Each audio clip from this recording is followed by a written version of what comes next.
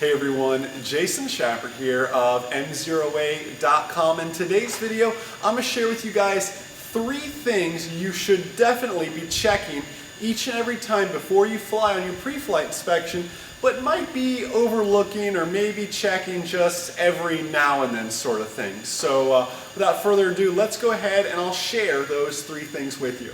Alright, so the first thing you might be skipping on your pre-flight is actually tire pressure. Now pay attention to this.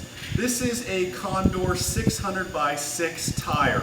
The tire pressure, according to the Condor's website, you should check this. You can't read the tire pressure on an aircraft tire. It's not like a car.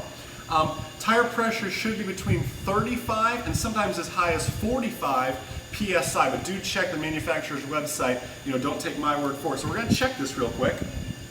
And this tire looks good, by the way, but watch this. When I check this, the tire pressure in this tire is actually at 25. So now take a look at this though. A normal pre-flight, you would look, you can't put a dent in the tire, everything looks good, it's not starting to pooch out, or like down here it kind of pooch out a little bit. Everything looks fine. However, this is almost 10 PSI, too low. Maybe you want to take some extra air out there to make your landing softer, I don't know. But you're really shortening the tire's life by not having enough air pressure in those tires. So check that tire pressure and figure out what kind of tires you have so you can do a search so you know what tire pressure should be in there. Let's move to the second thing now. All right, so the second thing we want to check is actually the aileron connecting rod. And a little safety precaution here too. When you're working with the aileron, you want to hold this up with this hand, because if you're checking the connecting rod, your fingers are in here and the wind comes or something and blows down and moves that aileron, your fingers are in there, it's not going to feel so good. So hold it up with one hand, check this connecting rod here with the other hand. And what you want is you want to hear and feel this.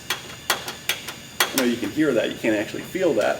But that connecting rod there should have a little bit of wiggle to it, and it should also be properly lubricated, okay? Another common thing people forget to skip, or forget to check, they just kind of skip over and just, okay, it moves, that's good.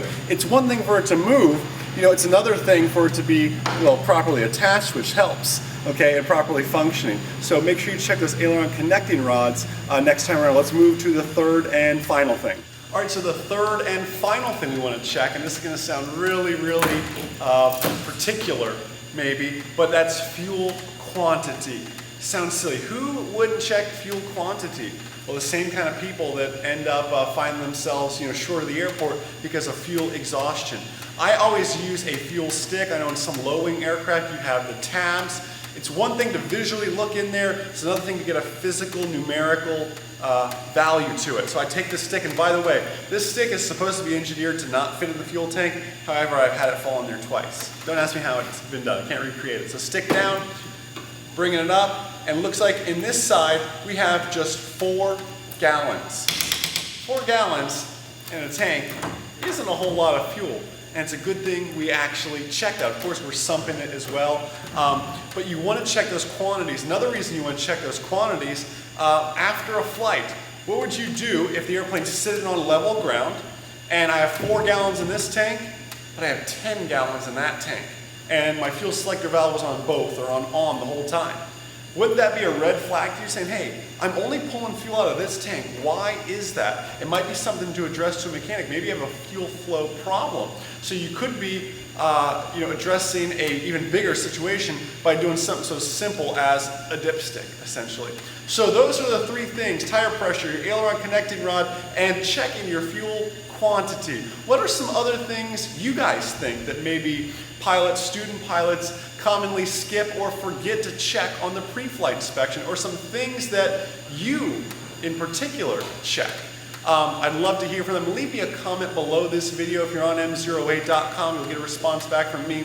I'd love to see what you guys are doing to become safer pilots, and that starts just sitting there on the ground. So guys, I'm going to finish up the pre-flight inspection and get flying. So most importantly, guys, remember that a good pilot is always learning. Have a great day, guys. See ya.